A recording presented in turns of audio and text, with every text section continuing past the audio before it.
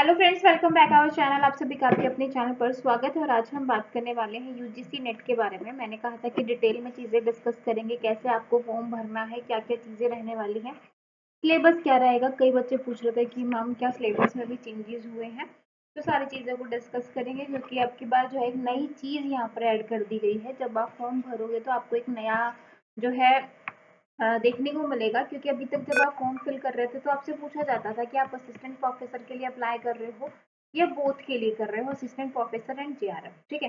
लेकिन अब की बार आपको एक ऑप्शन और मिलेगा, पीएचडी, जिसकी कट ऑफ जो है वो उसी के अकॉर्डिंग जाएगी। तो सारी चीज़ों को डिटेल में डिस्कस करेंगे। जैसा कि आप सभी को बताया कि फॉर्म जो है वो आपके स्टार्ट हो गए हैं 20 अप्रैल से। लास्ट डेट की बात की जाए तो 10 मई रहने वाली है। अगर आपने 10 मई तक पेमेंट नहीं की है तो 11 मई को भी आप पेमेंट कर सकते हो। फीस जो है वो अनरिजर्व कैटेगरी यानी कि जनरल वालों के लिए 1150, ओबीसी और ईडब्ल्यूएस वालों के लिए 600 रुपये, SC ST के लिए 325 और जो थर्ड जेंडर होते हैं उनके लिए भी 325 रुपये यहाँ पे फीस रखी गई है। ठीक है भाई, तो ये फीस का क्राइटेरिया है। इसके बाद अगर हम बात करें तो जो आपका करेक्शन जो है वो आपकी 13 मई से लेके 15 मई के बीच में, यानी कि एप्लीकेशन सर्विस जो है आपकी, जब आप फॉर्म भरोगे और बाई चांस कुछ मिस्टेक आपसे हो जाती है, लेकिन आप कोशिश करना कि आपका नाम, आपके पापा का नाम, मदर का नाम, आपकी डेट ऑफ बर्थ, आपका जो है जो भी आपसे पूछा जाए तो आप कोशिश करना कि आप सही तरीके से फॉर्म को फिलअप कर सकें। अगर आपसे कोई दिक्कत जो है गलती हो जाती है तो 13 से 15 मई के बीच में आपको टाइम मिलेगा करेक्शन करने का। उसके बाद जो है इनिशियल जो है सिटीज ऑफ एग्जाम सेंटर, आपको जो है ऑप्शन भी पूछा जाएगा, तो भाई कहाँ पे आपका एग्जाम सेंटर रहेगा वो चीज़ें पूछी गई हैं। एडमिट कार्ड जो है वो आपको, ये भी आपको एनटीए की वेबसाइट पे आपको पता चल जाएगा। टाइम टू टाइम आपको चेक करती रहनी है, या फिर आप जो है एनएस क्लासेस ऐप के साथ जुड़े रहिए। वहाँ पर जो है आपको मैं टाइम टू टाइम आपको बता दूंगी कि कब आपके जो है सारी चीज़ें। उसके बाद एग्जाम डेट यहाँ पर आपको पता चल गई है कि 16 जून को आपका एग्जाम है। 16 जून को आपका पेपर है। 22 जो है, आज 22 अप्रैल आपकी हो गई है, 16 जून को पेपर है। तो कुल मिला के देखा जाए तो आपके पास 60 दिन भी नहीं है। तो इन 60 दिनों में आपको किस तरीके से चीज़ें करनी है, टाइमिंग ऑफ एग्जामिनेशन ये भी आपको बता दिया जाएगा, exam centre, date and shift, ये सारी चीज़ें आपको अपडेट हो जाएंगी। ठीक है भाई, क्योंकि एडमिट कार्ड ये सब लास्ट टाइम पे ही आते हैं तो लास्ट टाइम पे ही आपको पता चलेंगे। ऑल ओवर इंडिया आपका एक ही दिन एग्जाम रहने वाला है। इससे पहले जो आपको एग्जाम होता था वो ऐसे डेट्स आती थी कि 10 से 24 के बीच में आपके एग्जाम रहेंगे, तो अलग अलग सब्जेक्ट का पता चलता था कि कौन सा दिन कौन से सब्जेक्ट का रहेगा। लेकिन आप चाहे किसी भी सब्जेक्ट से हैं, आपका एग्जाम 16 जून को होगा, यानी कि एक ही पैन मतलब ऑल ओवर इंडिया आपका एक ही दिन एग्जाम होने वाला है, जो कि 16 जून को कंडक्ट करवाया जाएगा। अब उससे भी अगर यहाँ पे मैं बात करूँ तो इससे पहले जो आपके एग्जाम होते थे वो आपके ऑनलाइन मोड में रहते थे, लेकिन अब की बार जो आपका पेपर रहेगा वो पेन पेपर मोड में रहने वाला है। फॉर्म आपको ऑनलाइन ही फिल करना है, ठीक है। तो ये सारी चीज़ें आपको बता रखी है। Candidate can apply UGC net June 2024 online mode only, सिर्फ ऑनलाइन में आप कर सकते हो। Application form in any other mode will not be accepted, दूसरे किसी और मोड में आपका फॉर्म जो है वो एक्सेप्ट नहीं किया जाएगा, ठीक है भाई। ऑनलाइन ही आपकी पेमेंट करनी रहेगी। तो यहाँ पर ये सारी चीज़ें आपको बता रखी है, ठीक है भाई। तो संदेश app can be download and install a mobile device for, आपको करना है ताकि आप विजिट कर सको। विजिट करना है गूगल जो है Google play store on mobile device, और आपको संदेश ऐप को जो है सर्च करना है और आपको उसको डाउनलोड कर लेना है, ठीक है भाई। तो candidate shall appear in their own जो है कोर्स the at the examination centre on date shift and time indicated on their admit card, यानी कि आपको खुद का ही आपको खर्चा उठा के आपको आना है एग्जाम सेंटर पे और जो है पेपर देना है। UGC net June 2024, final submission online application will remain incomplete of step 2 and 3 not completed, मतलब आपको सारे स्टेप आपके कंप्लीट हो जाएंगे तो आपका फॉर्म फिल माना जाएगा। कहीं ऐसा ना हो कि आपने आपका फॉर्म जो है रह जाए, ठीक है भाई।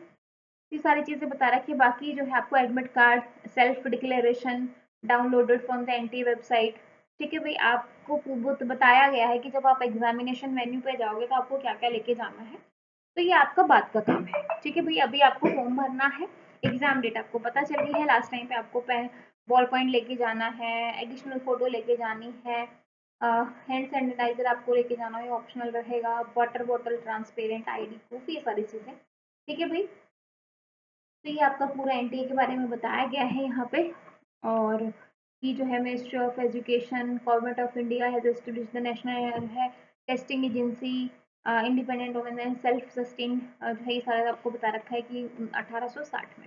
ये चीज़ें आपको थोड़ी बहुत पता होनी चाहिए क्योंकि आप इसका एग्जाम। तो अब बात आ जाती है यहाँ पे कि भाई आपको अभी जैसे पीएचडी आपका बार बार इंट्रोड्यूस हो रहा है और पीएचडी के लिए बोला गया है कि भाई अगर आपकी 4 ईयर की ग्रेजुएशन है तो भी आप इसके लिए अप्लाई कर सकते हैं। तो कैटेगरी 1 अगर आपका जीआरएफ और असिस्टेंट प्रोफेसर दोनों हो जाते हैं तो आप सभी चीज़ों के लिए एलिजिबल माने जाओगे, जीआरएफ के लिए भी, असिस्टेंट प्रोफेसर के लिए और पीएचडी के लिए भी।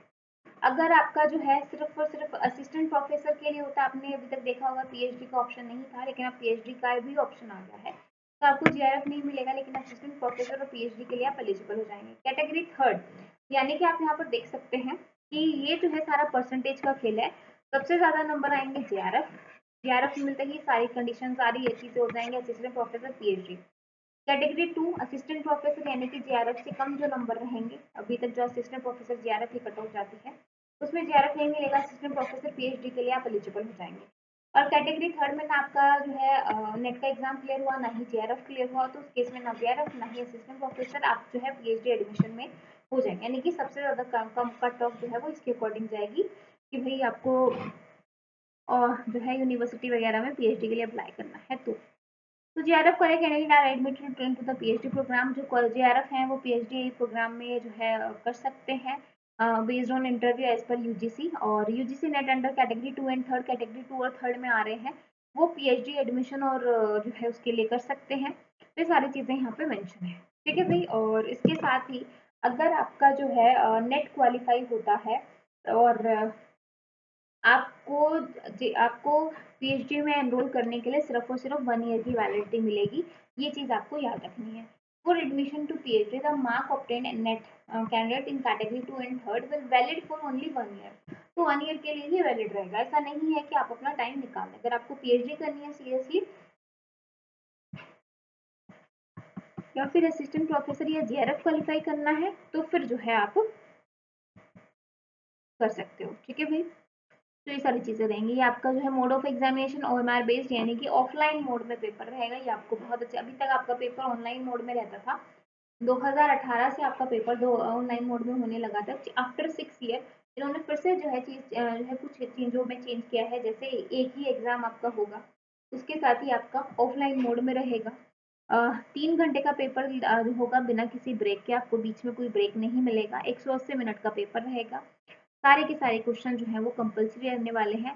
पेपर 1 आपके 50 क्वेश्चन 100 नंबर का, कोई नेगेटिव मार्किंग नहीं है। यही सारी चीजें, सिलेबस आपको वेबसाइट पर मिल जाएगा। मीडियम ऑफ पेपर जो है वो आपका इंग्लिश और हिंदी एक्सेप्ट लैंग्वेज पेपर्स। तो ये सारी चीजें आपको यहाँ पे दी गई है। मार्किंग स्कीम हर एक क्वेश्चन, हर एक जो क्वेश्चन है वो 2 नंबर का रहने वाला है। कोई नेगेटिव मार्किंग नहीं है। क्वेश्चन ठीक होगा तो 2 नंबर मिल जाएंगे। नेगेटिव अगर आपका इनकरेक्ट हुआ तो कुछ भी नहीं वहाँ पे कट होगा। तो ये सारी चीजें यहाँ पर दे रखी है। क्वालिफिकेशन आपको पूछे बोल रखा है कि भाई मास्टर डिग्री 55% कैंडिडेट जो है, ये सारी चीजें यहाँ पे बोल रखी हैं। और candidate belonging to the third gender और ये सारी चीजें। फिर PhD degree holder where master जो है मास्टर लेवल एग्जामिनेशन विद, ठीक है। तो ये आपका पूरा इंस्ट्रक्शन दे रखा है। टोटल ये 54 पेजेस का है और इसको आपको अच्छे से देखना है, ठीक है। जो मेन मेन चीजें थी वो मैंने आपको बता दी है। फॉर्म अगर आपको भरना नहीं आता है तो मुझे कमेंट सेक्शन में बता दीजिएगा कि मैडम एक बार फॉर्म फिल करके बता दो। मैं आपको पूरा फॉर्म भर के जो है एक एक स्टेप दिखा दूंगी किस तरीके से आपको फॉर्म फिल करना है, ठीक है भाई। एक तो ये हो गया आपका पूरा डिटेल चीज़ें। अब हम बात कर लेते हैं कंप्यूटर साइंस के सिलेबस की। तो ये है आपका कंप्यूटर साइंस का सिलेबस। जैसा कि आप सभी को पता है कि टोटल जो है वो आपकी 10 यूनिट है।